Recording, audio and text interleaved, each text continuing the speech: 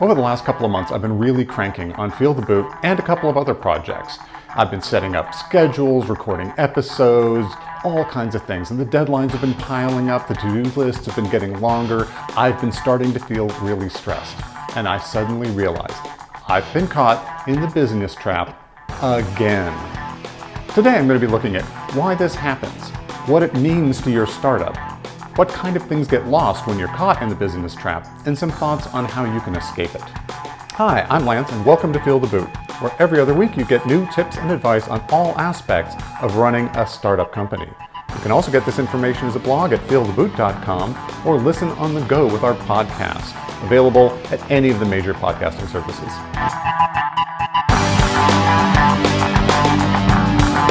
The busyness trap is when you get caught in a pattern of doing more and more while accomplishing less and less. You're running from task to task and to-do item to to-do item without really focusing on the things that actually make a difference to you or your company.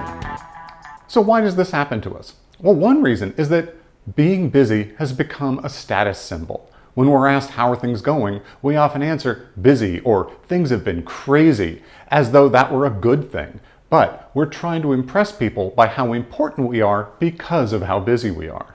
Personally, I often feel guilty when I'm not busy. I'll find myself at my computer coming up with tasks, thinking maybe if I scroll through Twitter one more time, I'll find a useful article that I can use in an upcoming episode, or anything to stay actively engaged in my work, even if it's not actually doing any good.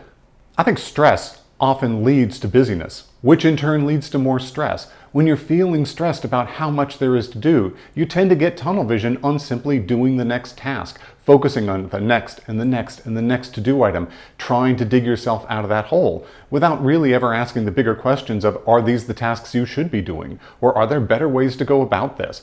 You get lost in that fog of war. And for entrepreneurs, busyness is almost always self-imposed. There's no boss over your shoulder breathing down your neck, cracking a whip, saying, no, you need to do more, you need to stay at that computer and keep working. You have the ability to choose what you want to be working on. But many of us choose to stay busy rather than effective. So what does this all mean for your business? Well, for one thing, there's diminishing returns from excessive work. Beyond a certain amount, you start making mistakes. You start being less productive. And that next hour you spend at the computer, you're accomplishing less and less until, in fact, you're actually doing things bad and wrong and causing more damage than good from those additional hours worked.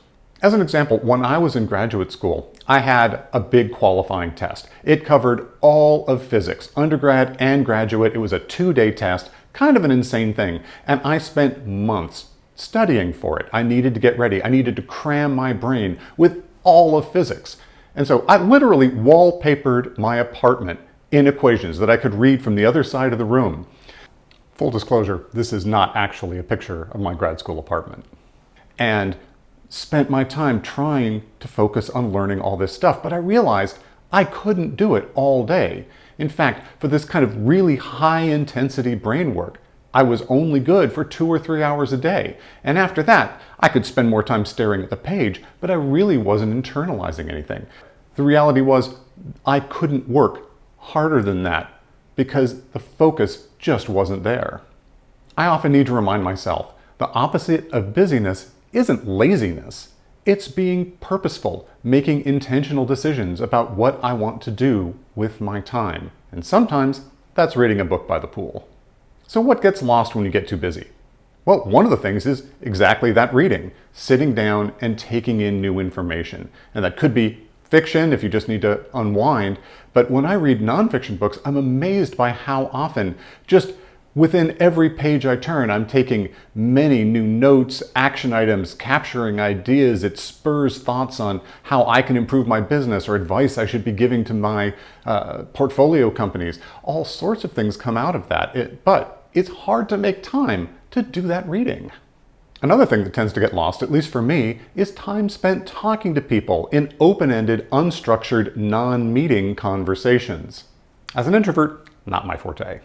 But these conversations so often spur great ideas. They help me discover problems inside the business. They cement relationships, which can help me later on. It's really valuable But when I'm busy, I'll often put them off saying, well, I'll go have coffee with that person later because what I'm doing is more important. When you're busy, it's also hard to stop and sharpen your saws. Do those things that help improve you and your process, but don't contribute directly to checking things off your to-do list.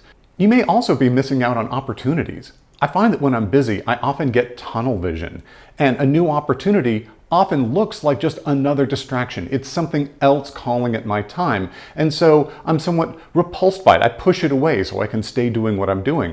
It reminds me of a lesson I learned from my Kung Fu instructor. Kung Fu stories, again?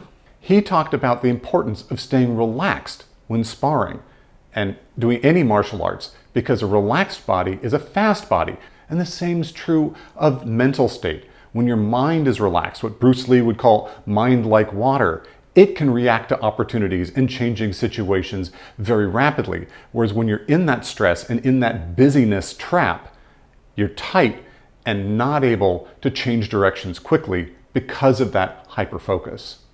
And one of the biggest things we lose is just thinking time, unstructured thinking time, where you let your mind wander, let ideas come up, let your brain put together interesting combinations of thoughts.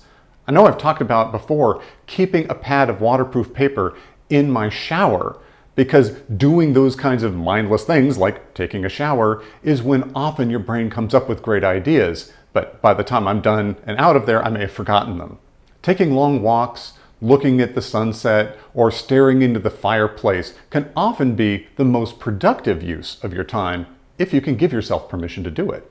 General Eisenhower was a very busy guy, and he had a system for prioritizing all the things in front of him. And he always looked at them on a matrix. He said, is it important or not? And is it urgent or not? And everything broke down into one of those four quadrants. Now, many of you are probably already familiar with the urgent versus important matrix, but if you're not, I'll go through it really quick. So, first off, we have those things that are both urgent and important. These are the things that obviously you do, and you do right away. If your kitchen's on fire, you drop everything and put out that fire. It's pretty easy to prioritize things that are both critically important, I don't want to lose my house, and urgent, the fire is going to burn down my house right now. The next one, and the one that I think causes problems and where the busyness trap lives, is things that are urgent but not important. That's not to say that they're trivial, but they don't really tie to your core strategic interests. They don't drive those really critical aspects of your life or your business, but they are calling for your attention. They're those little deadlines, those tasks that you've set yourself, all those things that fill your to-do list that you're trying to check off one after another. And because they're urgent, they have deadlines that are imminent, you end up spending a lot of time focusing on that. And it fills your time and pushes out the other category that you need to be looking at, which is the things that are important, but not urgent. And that's what's getting lost, is those things that are strategically important, that really do move the needle on your business, but don't necessarily have imminent deadlines. Now, the last quadrant is not urgent and not important, which means you should not be doing those things. At best, you want to delegate them, but often just delegate them to the floor or to the round file, and because you're already too busy anyway. You don't have time to be doing things that are neither urgent nor important. The other quadrants are already filling all of your time anyway. So, how do you escape the busyness trap? I think it's a tricky thing because there's no one moment that the jaws of the trap snap shut around you. It tends to be something you slide into slowly. It's the old incorrect story about boiling a frog slowly. You don't realize that you're in the trap until you're well into the trap. And so for me, the key then is trying to keep awareness of when I am in the trap. Look for the signs so that I can say, I know what's going on. I've fallen into the busyness trap, and I now need to start looking at how to get out again, because I haven't found a really effective way of permanently staying out of the trap. So the first step, knowing that the busyness trap is a real thing and being aware of it and keeping an eye out for the signs that it's happening. As soon as you realize that you're spending too much time on things that don't really matter, you're doing the urgent but not important all the time, try to stop, take a breath, take some time to reprioritize. Look at your to-do list and think, are these all things that really matter?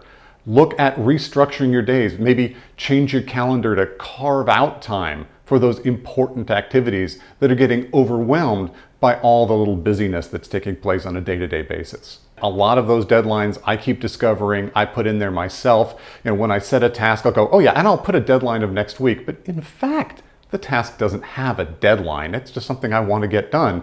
But it's often not all that important either. I would be much better off just letting that slide into the sunset and focusing on the things that really do matter. Finally, just give yourself permission to stop and ponder. So if you're in the midst of the busyness trap, I hope this provided at least some help in finding your way out and staying out, at least for a while. Thanks for watching this episode of Feel the Boot. I hope you found it useful and interesting, and if so, do the usual, like, subscribe, ring the bell. But I would particularly appreciate it if you would share this with other entrepreneurs that you know. I'm hoping that Feel the Boot becomes a community that makes all of us better and more successful. Till next time, ciao.